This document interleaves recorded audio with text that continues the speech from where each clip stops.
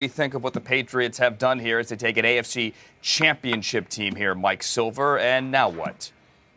Well, it's not just on paper that they've lost some guys, though they have, because the Patriots have had success over the years with the second-tier, third-tier type free agents, and I'm not super concerned that they will not field a strong team, but I am concerned about the emotional wreckage of that Super Bowl defeat. You mentioned Malcolm Butler. That's a guy who suddenly didn't play, but yet was left active to play one play. Some would argue that it seemed more of a spiteful move by the coach. And you also have a quarterback who carries a lot of weight, as much weight as any quarterback I've ever seen for a championship-type team. And he threw for 505 yards, almost completed a Hail Mary, and it was not enough. And Tom Brady is going to be 41 at the start of the season. We can close our eyes and just assume that it's all going to be okay, and Tom Brady will always be at an MVP level and will play forever. But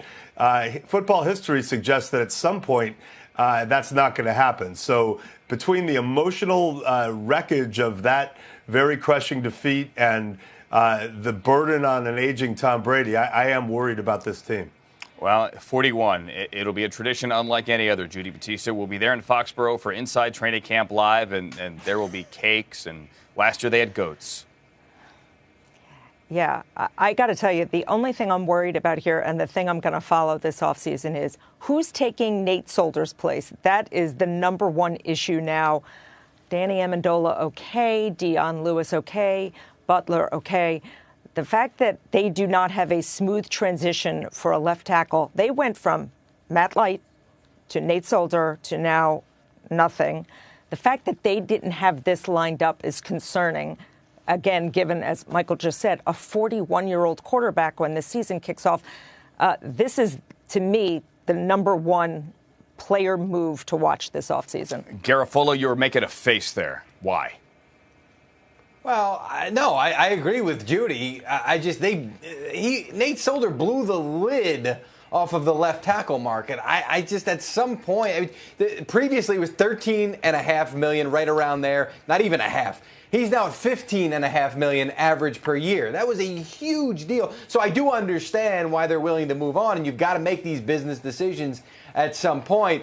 I would also caution this. They're getting their quarterback super cheap. There's Mike Silver. I knew Mike Silver was coming. They're getting their quarterback at bargain basement rate. You're not going to splurge on the guy who protects him? Wow. They could also have signed Nate Solder before it got to this point. And think of all the money they saved on not having to pay Malcolm Butler, who apparently was so bad that he couldn't even play more than one snap. They allocated money to Stephon Gilmore. Stephon Gilmore got a huge deal last year. I would also say this. Julian Edelman is coming back. That is somewhat of an addition. Jason McCourty, I kind of like that move, and it's a nice $3 million move. That's a value move. And don't forget the fact that the Patriots are always working the trade market, so they could do something coming up here to make a big addition.